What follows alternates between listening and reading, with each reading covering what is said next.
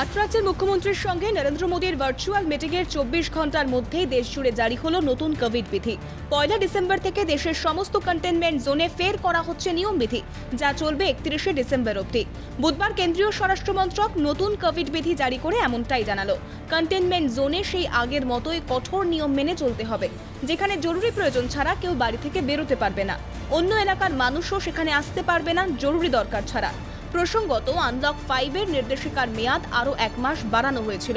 এই পরিস্থিতিতে নভেম্বর মাস শেষ হওয়ার আগেই নতুন এক দফা নির্দেশিকা জারি করল কেন্দ্রীয় সরকার, যা 1 ডিসেম্বর থেকে 31 ডিসেম্বর পর্যন্ত কার্যকর থাকবে, যার মানে বছরের শেষেও পুরোপুরি স্বাভাবিক হচ্ছে না জনজীবন। এদিনের নির্দেশিকায় স্বরাষ্ট্র মন্ত্রক আরও বেশি করোনা পরীক্ষার উপর জোর দিয়েছে। সেই সঙ্গে যাবতীয় করোনা বিধি যাতে মেনে চলা হয় তা কঠোরভাবে লক্ষ্য রাখতে হবে বলেও জানান তারা। মন্ত্রক সূত্রের খবর, এই পরিস্থিতিতে কোনো রাজ্যই আলাদা করে লকডাউনের পথে যেতে পারবে না। তবে রাত্রিকালীন কারফিউ জারি করার মতো বেশ কিছু ক্ষমতা রাজ্যগুলিকে দেওয়া হয়েছে এই নয়া নির্দেশিকায়। এদিকে গত ২৪ ঘন্টায় দেশে নতুন করে করোনা ভাইরাসে আক্রান্ত হয়েছেন ৪৪,৩৭৬ জন। এ নিয়ে দেশে মোট আক্রান্ত হলেন ৯২,২২,২১৬ জন। Bureau report, Calcutta television network.